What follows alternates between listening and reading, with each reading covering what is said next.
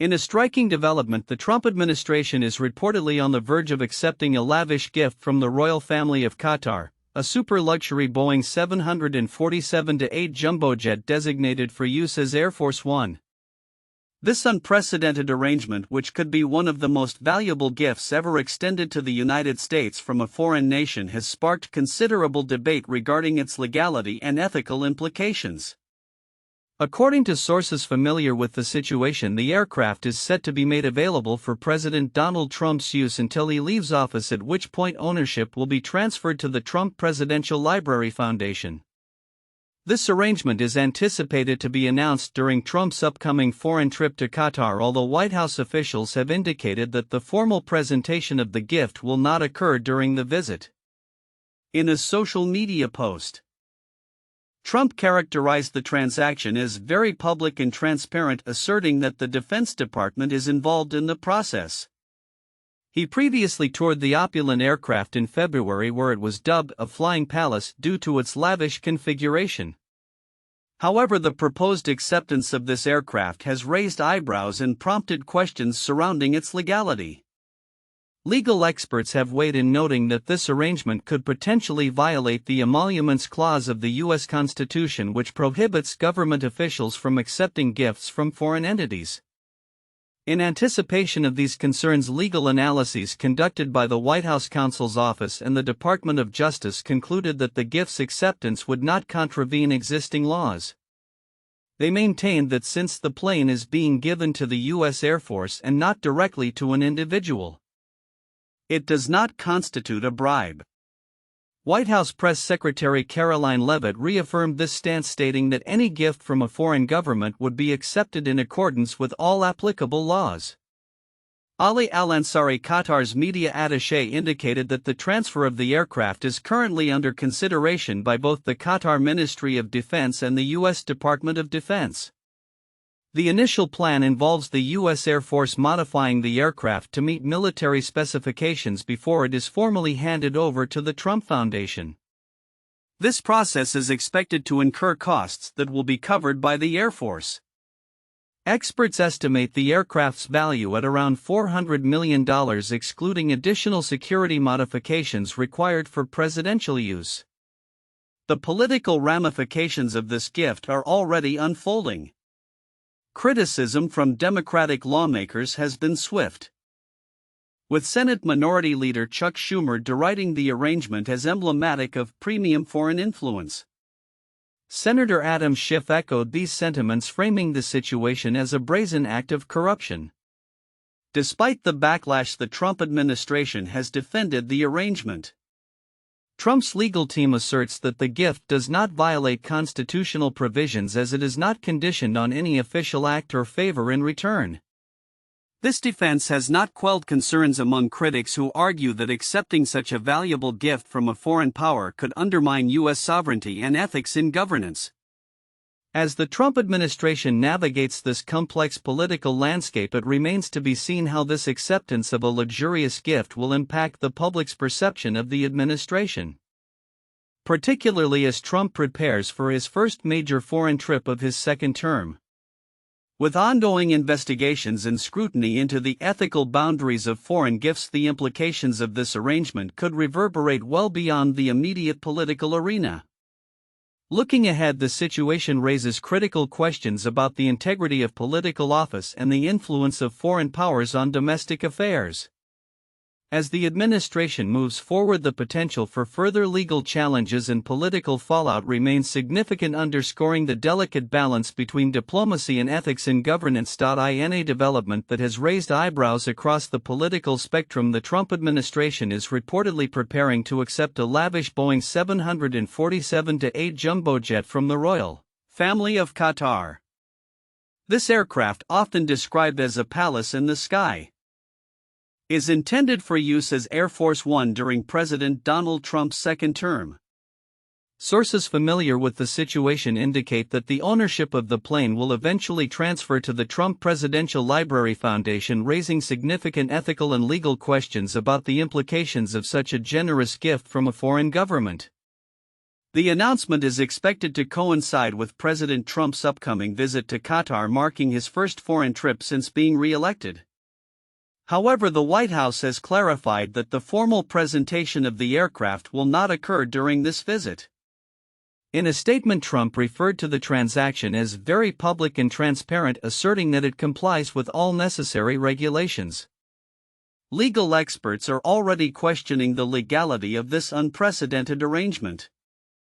The White House counsel's office and the Department of Justice have reportedly drafted legal analyses to support the administration's position, stating that accepting the aircraft as a gift does not violate U.S. laws against bribery or the Constitution's Emoluments Clause, which prohibits government officials from accepting gifts from foreign states. Attorney General Pam Bondi and White House lawyer David Warrington have concluded that the donation can be legally conditioned on transferring ownership to the Trump Library Foundation before the end of Trump's term. White House Press Secretary Caroline Leavitt emphasized the administration's commitment to transparency, stating any gift given by a foreign government is always accepted in full compliance with all applicable laws. Meanwhile, Ali Al-Ansari, Qatar's media attaché, confirmed that the transfer of the aircraft is currently under consideration by both the Qatari Ministry of Defense and the U.S. Department of Defense. The aircraft, valued at an estimated $400 million, will undergo modifications to meet military specifications before being transferred to the U.S. Air Force. The costs associated with these modifications are expected to be covered by the Air Force, ensuring that taxpayers will not bear the financial burden of this arrangement. The deal comes at a time when the aging Air Force One fleet, which currently consists of 2 Boeing 747-200 jets, is in desperate need of replacement due to delays and cost overruns in Boeing's contract to deliver new aircraft. Critics, including prominent Democrats, have voiced their concerns regarding the optics and ethics of this deal. Senator Chuck Schumer remarked, "Nothing says America first like Air Force One," brought to you by Qatar, while Senator Adam Schiff highlighted the potential for corruption inherent in accepting such a valuable foreign gift. These sentiments reflect a growing apprehension about the implications of foreign influence in U.S. governance, especially when it involves the highest office in the land.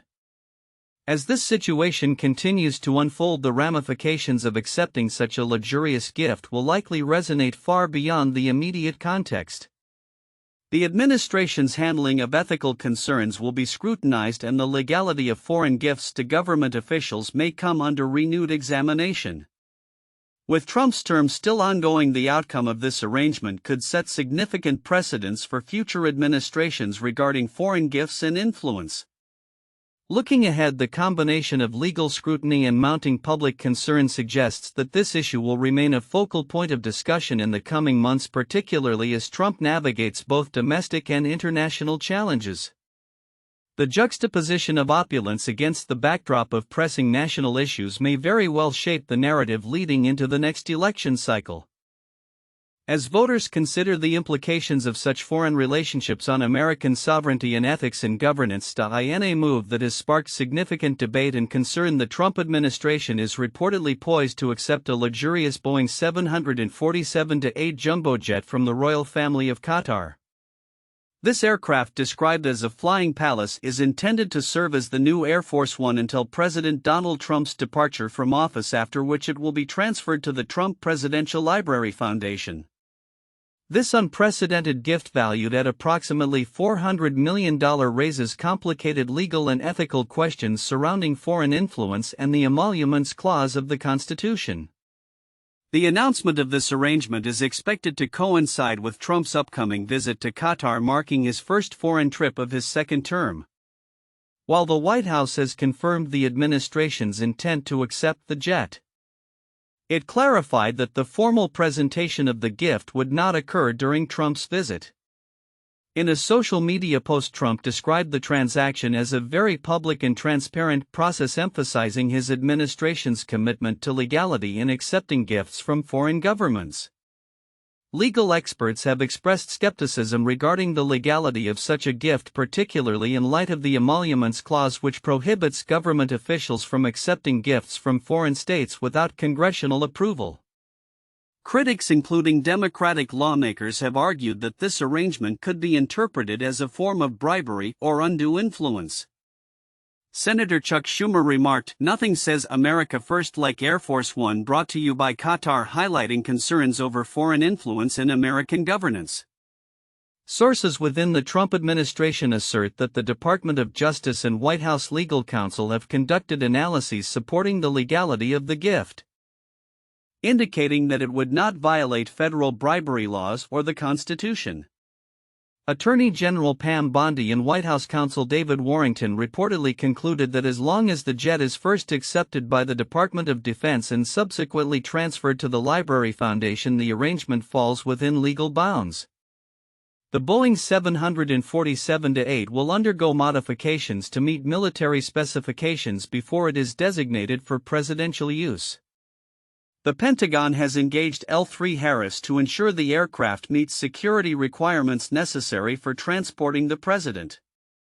As the current Air Force One fleet consists of aging Boeing 747-200 jets that have been in service since 1990, the acceptance of this jet presents a potential upgrade for presidential travel, while the administration maintains that it is adhering to all applicable laws.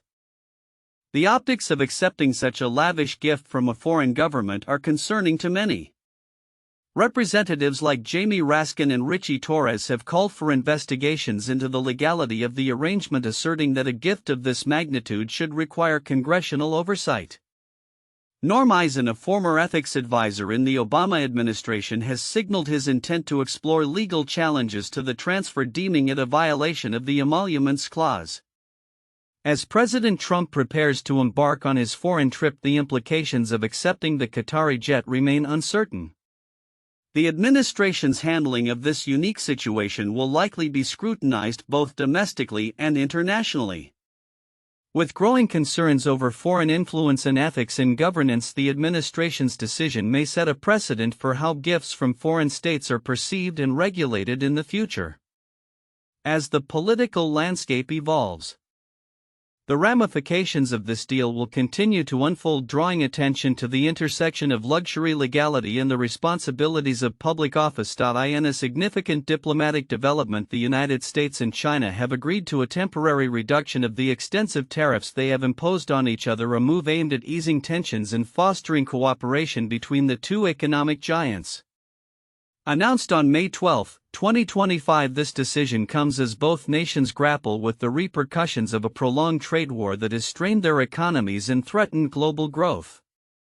The agreement marks a notable shift in the U.S. stance, particularly under President Donald Trump's administration, which had previously signaled an unwavering commitment to high tariffs as a strategy to counter China's trade practices. Yet as economic indicators began to reflect a downturn, the Trump administration recognized the escalating costs of an extended trade conflict. "We're not looking to hurt China," Trump stated, emphasizing the administration's goal of negotiating a more favorable trade environment for American businesses. Under the terms of the agreement, the U.S. will reduce its tariffs on Chinese imports from a staggering 145% to 30%, while China will cut its import duties on American goods from 125% to 10%. This temporary reprieve will last for 90 days, during which both nations plan to engage in further negotiations aimed at resolving their trade disputes. Treasury Secretary Scott Bessent noted the consensus from both delegations is that neither side wanted a decoupling, highlighting a mutual interest in maintaining economic ties. The decision to reduce tariffs comes amidst growing economic anxiety within both countries. In the U.S., a recent Harris poll revealed that 60% of Americans have altered their major life goals, such as purchasing homes or starting families, due to economic uncertainties exacerbated by the current tariff policies. Younger generations, particularly Gen Z and millennials, reported feeling the brunt of these pressures, with many reconsidering homeownership and family planning as costs continue to rise. Notably, the economic fallout has also been felt in China, where factories have reported a sharp decline in export orders from the U.S. This decline has prompted Chinese manufacturers to explore alternative markets in Southeast Asia to mitigate the impact of U.S. tariffs. as Besson pointed out. The tariffs had created an effective embargo that neither side could afford to maintain indefinitely. While the agreement has sparked optimism in the markets, with Hong Kong's benchmark index rising by 3% and the S&P 500 following suit, the long-term implications remain uncertain. Analysts caution that the 90-day window may not be sufficient for a lasting resolution. Mark Williams, chief Asia economist at Capital Economics, described the temporary rollback as another substantial retreat from the Trump administration's previously aggressive trade posture, emphasizing that the lack of commitments from China regarding currency manipulation or trade imbalances leaves significant questions unanswered. Furthermore, discussions surrounding critical issues such as the trafficking of fentanyl, a concern heavily tied to U.S.-China negotiations, are expected to continue. Both sides expressed a desire to address this issue, with Besson indicating that China understood the magnitude of the crisis in the U.S. Despite the temporary suspension of tariffs, the potential for future economic volatility looms large. The agreement has not eliminated the underlying tensions that have characterized U.S.-China relations, and there remains a risk of renewed hostilities should negotiations falter.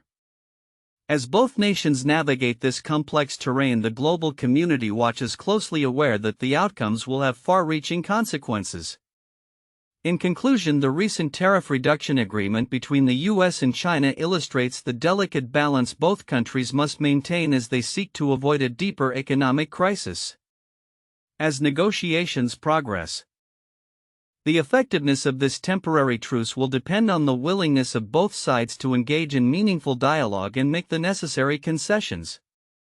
The next few months will be critical in determining whether this agreement can pave the way for a more stable and cooperative economic relationship, or if it will merely serve as a pause before tensions flare anew. In a move that has raised eyebrows across political and legal circles, the Trump administration is reportedly preparing to accept a luxury Boeing 747-8 jumbo jet from the royal family of Qatar, intended for use as Air Force One. Sources familiar with the situation indicate that this extraordinary gift, potentially valued at around $400 million, will be utilized by President Donald Trump during his time in office before being transferred to the Trump Presidential Library Foundation once he leaves office. The announcement of this unprecedented arrangement was anticipated during Trump's upcoming visit to Qatar, marking his first foreign trip of his second term. However, White House officials have clarified that the official presentation of the jet will not occur during this visit. Trump himself took to social media to confirm the administration's preparations, branding the transaction as very public and transparent and in compliance with Defense Department protocols. Yet the legality of accepting such a significant gift from a foreign government is under scrutiny. Experts and critics have raised concerns over whether this arrangement violates the Emoluments Clause of the Constitution, which prohibits U.S. officials from accepting gifts from foreign states without congressional approval. Democratic lawmakers, including Senate Minority Leader Chuck Schumer, have expressed alarm over the implications of foreign influence embodied by the jet, describing it as a glaring example of premium foreign influence with extra legroom. In response to the controversy, White House Press Secretary Caroline Leavitt emphasized that all gifts from foreign governments are processed in accordance with applicable laws. Attorney General Pam Bondi and Trump's chief lawyer David Warrington have reportedly concluded that the acceptance of the airplane is legally permissible provided it is gifted to the Department of Defense and later transferred to the Trump Library Foundation. This view, however, has been met with skepticism from various legal experts who argue that the potential for corrupt intent could classify the arrangement as bribery. The jet, often referred to as a flying palace due to its luxurious amenities, will undergo modifications to meet military specifications before being put into service for presidential travel. The Air Force has already engaged L3 Harris to ensure the aircraft meets the necessary security requirements for transporting the president. The existing Air Force One fleet consists of aging Boeing 747-200 jets, and the ongoing delays in acquiring new aircraft from Boeing have reportedly added urgency to this arrangement. As the administration navigates the complex legal and ethical landscape surrounding this gift, it faces increasing pressure from lawmakers and legal experts who demand accountability and transparency in the acceptance of foreign gifts. The situation continues to evolve with potential implications for both the Trump administration and U.S. foreign relations. Looking ahead, the coming days will be crucial as Trump embarks on his foreign trip and discussions regarding the aircraft unfold. The ramifications of accepting the jet, both politically and legally, could reshape the narrative surrounding the Trump presidency and its relationship with foreign nations.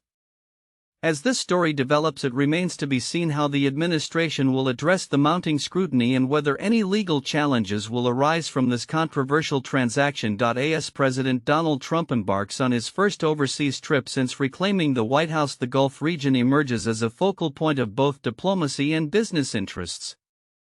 Set to visit Saudi Arabia, Qatar, and the United Arab Emirates, Trump aims to solidify his administration's economic ties while navigating the complex intersection of his family's business dealings and U.S. foreign policy.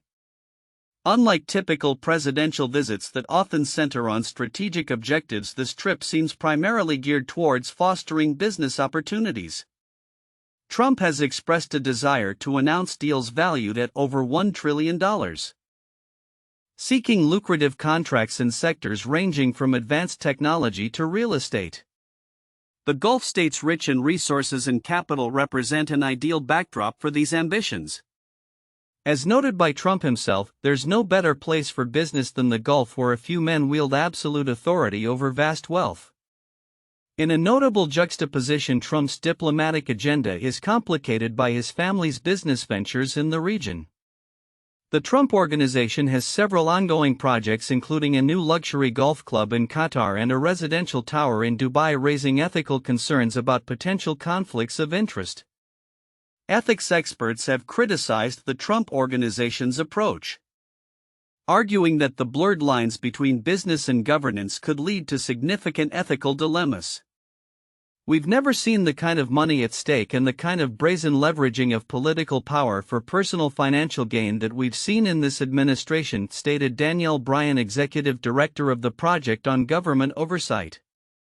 Trump's visit comes at a time when the geopolitical landscape in the Middle East is shifting.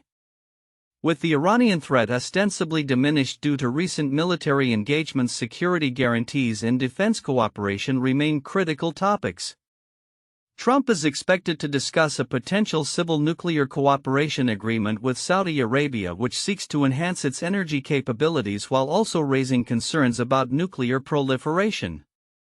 As Trump negotiates these issues, he will likely emphasize U.S. interests aligned with Gulf states, particularly in curtailing high-level technology cooperation with China.